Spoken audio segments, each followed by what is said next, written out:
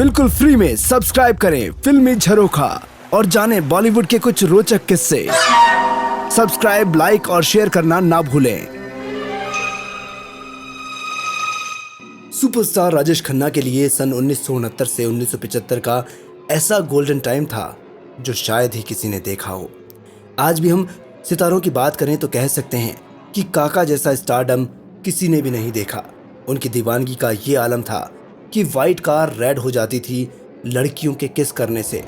उनकी गाड़ी की धूल से मांग भरने से लेकर फोटो से शादी करने के किस्से आज भी मशहूर हैं। कई जगह काका को शूटिंग करने से रोक दिया जाता था क्योंकि वहां की पुलिस काका के फैंस को काबू करने में नाकामयाब रहती थी। ऐसे बहुत से किस्से हैं जहां राजेश खन्ना अपनी लाइफ के बारे में बताते हैं। राजेश खन्ना कहते थे उन्होंने एवरेस्ट की चोटी की ऊंचाई तक सफलता हासिल की है, पर जिस तरह से सफलता का चढ़ाव आया वैसे ही उतार भी आया। इसके चलते वो बुरी तरह से टूट गए थे। तनाव और अकेलेपन ने उन्हें पूरी तरह से घेर लिया था। पत्रकार यासिन उस्मान की लिखी किताब Rajesh Khanna the untold story में राजेश खन्ना ने अपने करियर की ढलान को बखूबी कहा था। खुद बताते हुए राजेश खन्ना कहते हैं, मुझे दर्द इसलिए ज़्यादा हो रहा है क्योंकि मैं एवरेस्ट की ऊंचाई से गिरा हूं और मुझे चोट लगी है। मुझे थोड़ी सफलता मिली होती तो मेरा एडजस्ट करना आसान हो सकता था, लेकिन इतनी ऊंचाई से गिरने से मैं चकनाचूर हो चुका हूं। करियर के उतरते दौर की टेंशन में वो अपने परिवार को भी संभाल नहीं पा रहे थे। हर शाम शराब और सिगरेट के धुएं में उन्होंने अपने आप को कैद कर रखा था।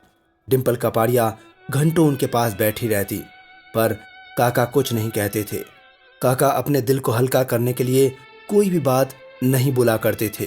धीरे धीरे इसी कारण डिम्पल कपाड़िया और राजेश खन्ना के रिश्तों में खटास आने लगी और यही फिर कलह में बदलती जा रही थी। राजेश खन्ना परिवार को संभाल नहीं पा रहे थे और ना ही खुद को। वहीं यासिर उस्मान की किताब में सलीम खान लिखते हैं कि उनके पारिवारिक जीवन में कलह, इंडस्ट्री के लोगों का उनके प्रति बदलता व्यवहार और इससे भी बढ़कर उनका कुछ भी नया न करना इसके लिए जिम्मेदार था। कुछ और भी कारण हो सकते हैं, लेकिन मैं मानता हूं कि भाग्य ने भी अपना काम किया है। उनकी जब फिल्में फ्लॉप हो रही थी तो उन्होंने अपना आकलन नहीं किया। वो पुराने ढर्रे पर ही चलते रहे। खुद में किसी भी तरह का बदलाव करने की राजेश खन्ना ने कोशिश नहीं की। दूसरों पर ब्लेम लगाने लगे और यहाँ तक कि राजेश खन्ना को ये भी लगता था कि कोई उनके खिलाफ साजिश रच रहा है।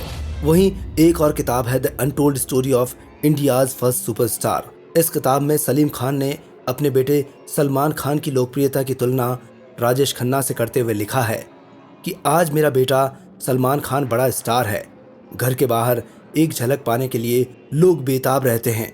कई लोग मेरे पास आते हैं और कहते हैं हमने सलमान जैसा स्टारडम किसी का नहीं देखा, लेकिन मैं उन्हें कहता हूँ यहाँ से कुछ ही दूर पर कार्टर रोड पर एक बंगला है, आशीर्वाद।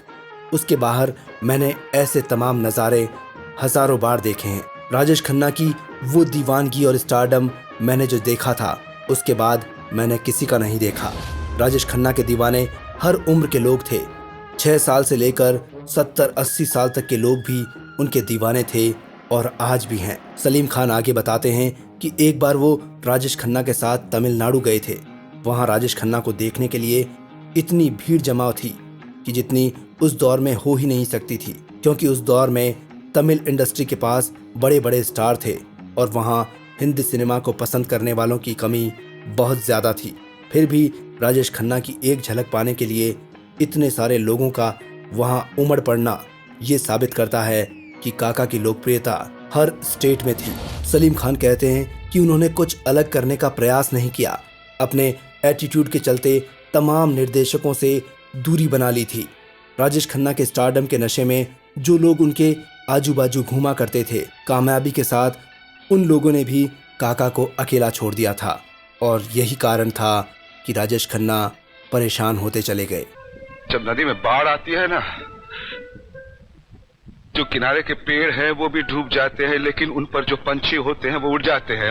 और ऐसे ही फिल्मी किस्सों को जानने के लिए देखते रहिए फिल्मी झरोखा। लाइक, सब्सक्राइब और शेयर करते रहें। और अगर आप चाहते हैं पूरी बायोग्राफी देखना तो देखिए हमारा दूसरा चैनल बीवी का टीवी। लाइक, सब्सक्राइब और शेयर भी करते रहें। अब आज्ञा दीजिए तरुण व्यास को। नमस्कार।